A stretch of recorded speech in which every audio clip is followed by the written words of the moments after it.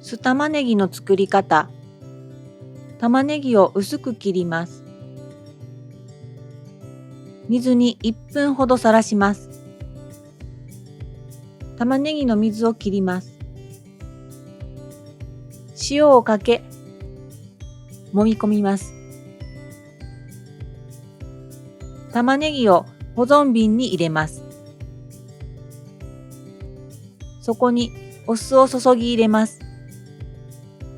蜂蜜も加えて混ぜます。冷蔵庫で保存し、1日から2日で食べ頃になります。10日ほど冷蔵庫で保存できます。酢玉ねぎはオリゴ糖を含む食品をつけるので、腸内環境が気になる方にも相性がいい調理方法です。一品のおかずとしても重宝するので、作り置きしておくと便利です。酢玉ねぎでタルタルソースを作りました。酢玉ねぎをみじん切りにします。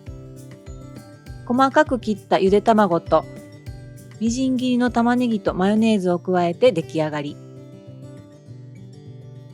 この動画への評価やコメントもお待ちしています。ご視聴ありがとうございました。